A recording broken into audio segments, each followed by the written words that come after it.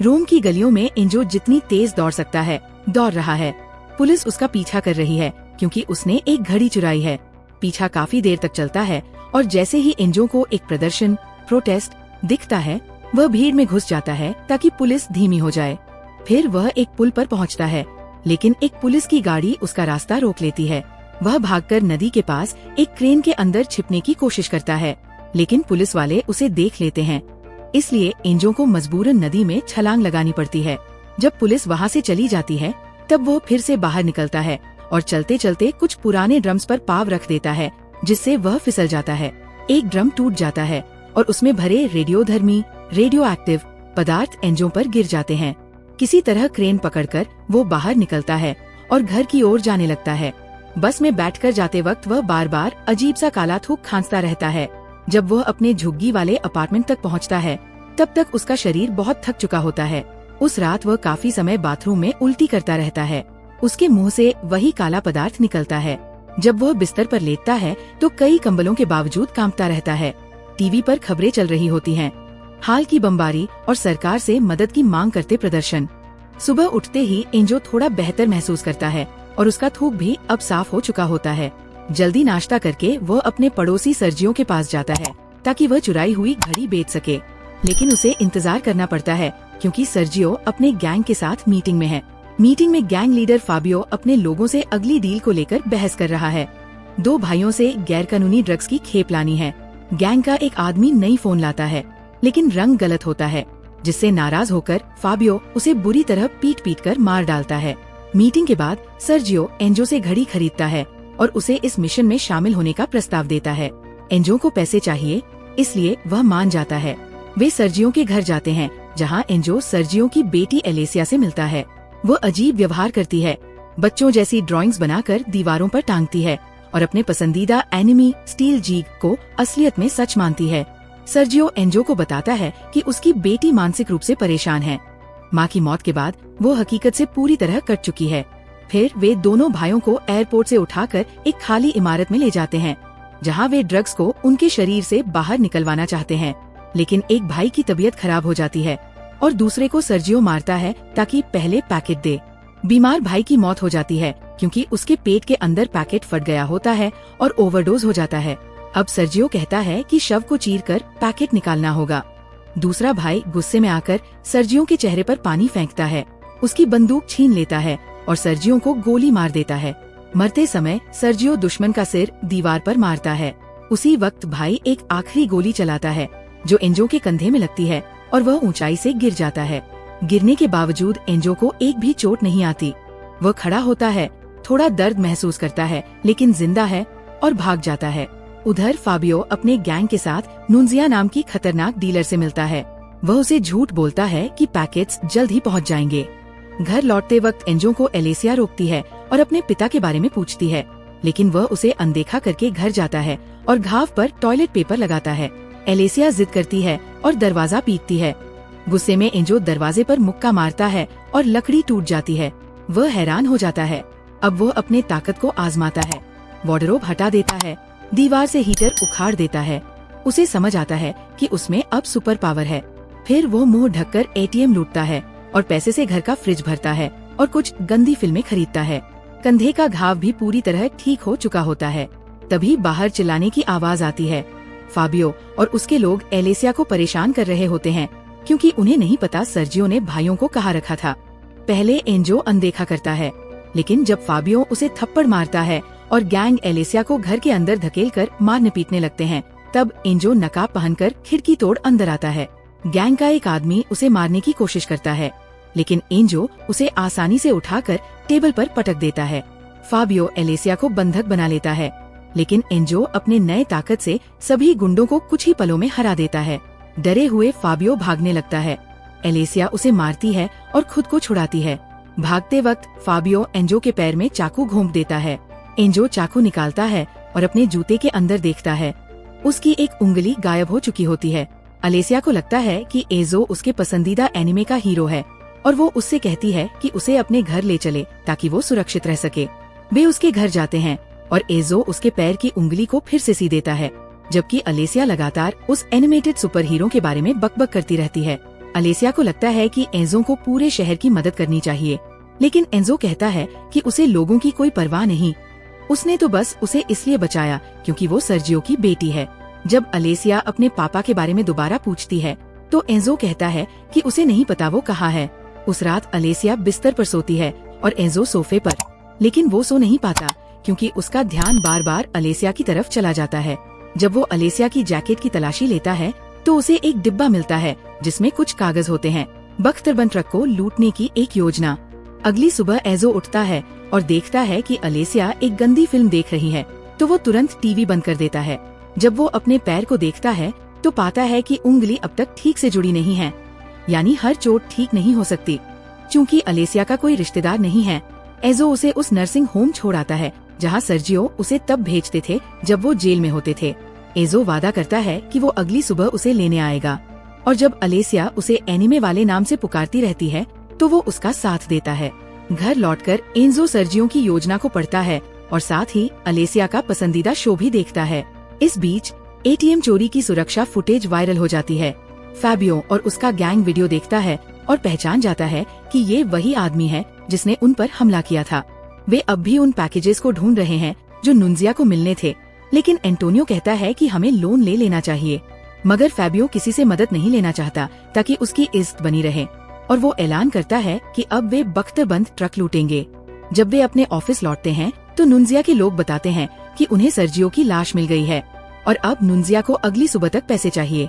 अगली सुबह फैबियो और उसके लोग सड़क किनारे लंबे घास में छिप जाते हैं और ट्रक का इंतजार करते हैं, लेकिन एंजो पुल पर होता है और ट्रक पर पत्थर फेंकता है जिससे वो रुक जाए। फिर वह कूदकर ट्रक पर चढ़ता है, खिड़की तोड़ता है और ड्राइवर को बाहर फेंक देता है। दूसरा कर्मचारी डर के मारे हार मान लेता है और एंजो पीछे का दरवाजा तोड़कर सारा पैसा चुरा लेता है। गुस्से में फैबियो बाहर निकलकर गोली चलाता है, लेकिन एंजो भाग जाता है। गैंग को भी भागना पड़ता है क्योंकि कर्मचारी पुलिस को फोन कर चुका होता है। उस रात एंजो फिर से अपना फ्रिज भरता है और शो देखने के लिए एक प्रोजेक्टर खरीदता है। तभी डोरबेल बजती है। जब वो खिड़की से बाहर देखता है तो पुलिस की गाड़ी खड़ी मिलती है। 2 पुलिस वाले दरवाजे पर होते हैं जिन्होंने अलेसिया को इधर उधर भटकते पाया और उसे वापस ले आए। पुलिस के जाने के बाद अलेसिया एंजो को एक ऊनी चीज देती है जो उसने उसके लिए बुनी है और कहती है कि वो इसे तब पहने जब वो बदलता है। एंजो उसे समझाने की कोशिश करता है कि वो नहीं चाहता कि वो वहाँ रहे, लेकिन अलेसिया देख लेती है कि उसने उसके पसंदीदा शो की पूरी डीवीडी खरीद रखी है और फिर दोनों मिलकर शो देखने लगते हैं। मैराथन के दौरान अलेसिया खाने के लिए हाथ बढ़ाती है, लेकिन गलती से एंजो का हाथ पकड़ लेती है। एंजो उसका हाथ धीरे से थामता है और हल्का दबाता है, लेकिन जब वो अलेसिया की टांग के नीचे से एक डीवीडी बॉक्स निकालता है तो अलेसिया बुरी तरह टूट जाती है। उसे लगता है कि एंजो उसके साथ कुछ गलत करने की कोशिश कर रहा है और वो दर्द से चिल्लाने लगती है। एंजो को समझ आता है कि अलेसिया के साथ पहले कभी शोषण हुआ है। वो उसे गले लगाता है और वादा करता है कि वो उसे कोई नुकसान नहीं पहुंचाएगा। इसी बीच नुंजिया के आदमी मीटिंग पॉइंट पर होते हैं, लेकिन फाबियो को नहीं देखते।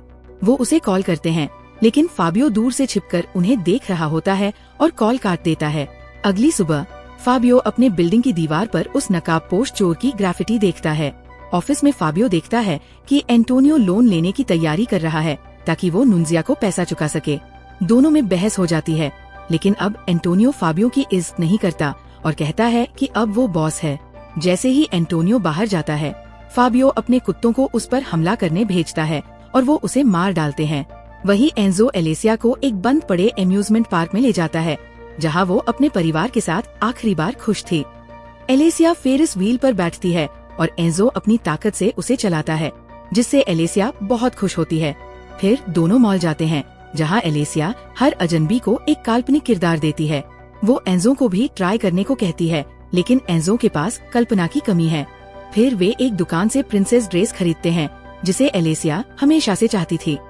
वह एंजो को ट्रायल रूम में बुलाती है और मासूम से कुछ चुंबन देती है। एंजो खुद पर काबू नहीं रख पाता और उसे दीवार से लगा देता है, लेकिन अलेसिया को इसमें कोई खुशी नहीं होती। मॉल से बाहर निकलते वक्त अलेसिया गुस्से में एंजो पर चिल्लाती है कि उसने उसके पिता को ढूंढने में मदद नहीं की। तब एंजो उसे बताता है कि उसके पिता सर्जियो की मौत हो चुकी है। अलेसिया टूट जाती है और एंजो को दोष देती है कि उसने उसके पिता की रक्षा नहीं की। और कहती है कि अब उसे समझ आ गया है कि उसके कोई दोस्त क्यों नहीं है, क्योंकि वो किसी की परवाह नहीं करता, यहाँ तक कि उसकी भी नहीं। फिर वो अकेले भाग जाती है। उधर एक ट्रक लूट की खबर टीवी पर चलती है और फाबियो जलभुन कर अपना ऑफिस तोड़फोड़ देता है। उसी वक्त एलेसिया एक ट्राम में चढ़ती है, लेकिन ट्राम अचानक रुक जाती है क्योंकि एंजो ने पीछे से पकड़ लिया होता है। लोग उसकी ताकत देखकर समझ जाते हैं कि यही वो मशहूर चोर है और वीडियो बनाना शुरू कर देते हैं। एंजो ट्राम के अंदर जाता है और एलेसिया से माफी मांगता है। एलेसिया उसके साथ जाने को राजी हो जाती है, लेकिन कहती है कि अब से मास्क पहनो क्योंकि सबने तुम्हारा चेहरा देख लिया है। एंजो उसे गोद में उठाकर ट्राम से बाहर ले जाता है और लोग उसे वीडियो में कैद करते हैं। तभी शहर में एक बम फटता है और सबके ध्यान भटकने पर एंजो एलेसिया को लेकर चुपचाप निकल जाता है। कुछ देर बाद वे पुलिस स्टेशन पहुंचते हैं, जहां एलेसिया अपने पिता की लाश की पहचान करती है। दूसरी ओर फाबियो एक डीलर दोस्त से लोन मांगने कार में मिलता है और फिर दोनों शारीरिक हो जाते हैं। तभी नुंजिया और उसके गुंडे वहां आ धमकते हैं, फाबियो को बाहर घसीटते हैं और मारते हैं। फाबियो कहता है कि उसके पास पैसे हैं, लेकिन कोई नहीं सुनता। नुंजिया उसके दोस्त को गोली मार देती है और गाड़ी से पैसे ले लेती है। फिर फाबियो को टेप से बांध देती है, उसके मुंह में साबुन ठूंस देती है और जलाने की धमकी देती है। लेकिन तभी वो हंसने लगती है, कहती है कि मजाक कर रहे थे। लेकिन उसी वक्त मरा हुआ समझा गया डीलर उठकर फायरिंग कर देता है और नुंजिया के सभी आदमियों को मार डालता है। फाबियो इस अफरातफरी में एक बंदूक उठा लेता है और नुंजिया की टांग में गोली मार देता है, लेकिन वो गाड़ी लेकर भाग जाती है। गुस्से में फाबियो डीलर को भी गोली मार देता है। उस रात जब फाबियो ऑफिस लौटता है तो देखता है उसके सारे कुत्ते और गैंग के लोग मारे जा चुके हैं। टीवी पर उसे ट्राम का वीडियो दिखता है और वो एंजो को पहचान लेता है। तभी उसका एकमात्र जिंदा साथी आता है और फाबियो कहता है, अब बदला लेंगे। फाबियो और उसका साथी कार में बैठकर देखते हैं कि एंजो और एलेसिया कपड़ों से भरा बैग लेकर बाइक पर जा रहे हैं, तो वे उनका पीछा करने लगते हैं।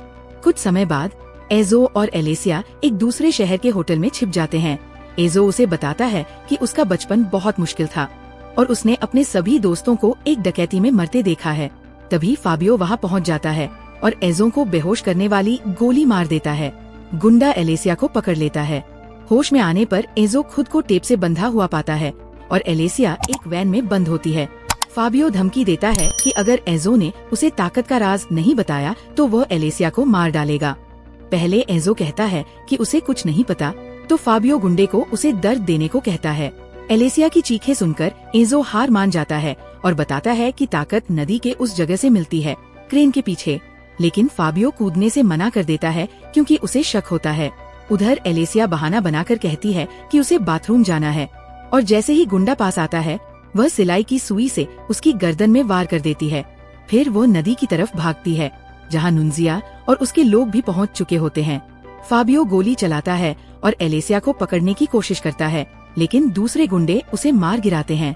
एंजो जब एलेसिया के पास पहुँचता है तो देखता है उसे भी गोली लगी है। मरते वक्त एलेसिया कहती है, अब तुम हीरो बनो, जीग बनो और सबको बचाओ। अगली सुबह फाबियो नदी से निकलता है, पूरे शरीर पर केमिकल लगा हुआ। वो अपने जल चुके चेहरे को मेकअप से छुपाता है और विग पहन लेता है। जब वो एक मक्खी मारता है तो उसकी ताकत से उसकी कार टूट जाती है। अब उसमें भी सुपर पावर आ चुकी होती है। फिर वो नुंजिया के ठिकाने पर जाता है, वीडियो रिकॉर्ड करना चालू करता है और सब गुंडों को मार डालता है। फिर नुंजिया को गले लगाकर उसकी रीढ़ की हड्डी तोड़ देता है। इसके बाद वो एक रहस्यमय दरवाजा खोलता है जहाँ ढेर सारे हथियार होते हैं, जिससे साफ हो जाता है कि शहर में बम ब्लास्ट नुंजिया की गैंग ने ही किए थे। उधर एंजो गम में डूबा भटक रहा होता है। पुलिस वाले उसे देख लेते हैं, लेकिन पीछा करते समय एक परिवार की गाड़ी से टक्कर हो जाती है। गाड़ी में आग लग जाती है। माँ को बचा लिया जाता है, लेकिन बच्ची फंसी रह जाती है। तभी एंजो आता है, गाड़ी का दरवाजा उखाड़ता है और बच्ची को बचा लेता है। माँ उसे गले लगाकर धन्यवाद देती है, जो एलेसिया की याद दिलाता है। तभी टीवी पर वीडियो आता है जिसमें फाबियो ने नुंजिया की गैंग को मारा है और वो वीडियो वायरल हो चुका होता है। वीडियो खत्म होता है जब फाबियो कैमरे की ओर देखकर कहता है कि वो कुछ बड़ा करने की तैयारी कर रहा है। उसे रोकने के लिए एंजो एक ड्राइवर को मना लेता है कि वो उसे अपनी बाइक दे दे। जब ड्राइवर उसका नाम पूछता है तो एंजो एक एनिमी हीरो का नाम बताता है। इस बीच फाबियो एक स्टेडियम तक पहुंच जाता है जहां लोगों की भीड़ है। वो खुद को भिखारी बनाकर दिखाता है ताकि गार्ड्स को चकमा देकर उन्हें बेहोश कर सके। अंदर पहुंचते ही वो बम को तैयार करने लगता है। जब एंजो स्टेडियम पहुंचता है तो एक कर्मचारी उससे कहता है कि टिकट चाहिए, लेकिन एंजो भारी गेट का एक हिस्सा अपने हाथों से हटा देता है और अंदर घुस जाता है। वो जल्दी से फैबियो को ढूंढ लेता है और उसे रोकने की कोशिश करता है, लेकिन फैबियो अपनी नई ताकत से उसे दीवार के पार फेंक देता है। एंजो जवाब में एक टॉयलेट उठाकर फैबियो के सिर पर फेंकता है और लड़ाई जारी रहती है। दोनों जबरदस्त ताकत से घूंसे मारते हैं और दीवारों का भी इस्तेमाल करते हैं। जब फैबियो को लगता है कि वो ये लड़ाई नहीं जीत सकता तो वो भागने लगता है और एंजो उसके पीछे दौड़ता है, जबकि पुलिस चारों ओर से इमारत को घेरने लगती है। भागते भागते फैबियो स्टैंड्स की भीड़ में छिप जाता है, लेकिन एंजो उसे फिर भी ढूंढ लेता है और मारने लगता है, जिससे फैबियो का डिटोनेटर गिर जाता है। फैबियो पलटकर एंजो को धक्का देकर गिरा देता है और दीवार फांदकर भाग जाता है। एंजो उठता है और देखता है कि पुलिस फैबियो को पकड़ने की कोशिश कर रही है। वो भी कूद पड़ता है, लेकिन जमीन पर गिरते हुए उसका सिर टकरा जाता है और वो चकरा जाता है। इसका फायदा उठाकर फैबियो पुलिस को हराकर फिर से भाग जाता है। एंजो अपने शरीर को जबरदस्ती हिलाकर उसके पीछे भागता है। फैबियो एक एम्बुलेंस के अंदर बम को मैन्युअली एक्टिवेट करता है और फिर से भागने की कोशिश करता है। एंजो को पता चलता है कि विस्फोट में सिर्फ 5 मिनट बचे हैं, तो वो ड्राइवर की सीट में बैठकर गाड़ी चलाता है, लेकिन सड़क पर पुलिस खड़ी होती है और बम का जिक्र करने पर भी वो रास्ता नहीं छोड़ते। एंजो बम को उठाकर एम्बुलेंस को धक्का देता है, जिससे वह पुलिस की गाड़ियों से टकरा जाती है। जब पुलिस वाले ध्यान भटकाते हैं तब एंजो भीड़ को चीरते हुए पुल की तरफ दौड़ता है, लेकिन फैबियो उसे बीच में ही रोक लेता है। बम रेलिंग के पास गिर जाता है और फैबियो एंजो का सिर जमीन पर पटकने लगता है। फिर वो बम की ओर भागता है और टाइमर को घटाकर 15 सेकंड कर देता है। एंजो वक्त रहते उठकर उसे फिर से टैकल करता है और दोनों बम के साथ नदी में गिर जाते हैं। विस्फोट आखिरकार पानी के नीचे होता है और कुछ नहीं उड़ता, सिर्फ पानी का फव्वारा ऊपर उठता है, जिससे फैबियो का सिर पुल पर जा गिरता है। अगले कुछ दिनों तक हर न्यूज चैनल इसी पर चर्चा करता है कि एंजो असली हीरो है या सिर्फ एक चोर। सब मान लेते हैं कि वो विस्फोट में मारा गया, लेकिन असल में वो नदी से बाहर निकल आता है और अब वो अलेसिया द्वारा बुना गया मास्क पहनता है ताकि अपनी पहचान छुपाकर शहर की मदद करता रहे।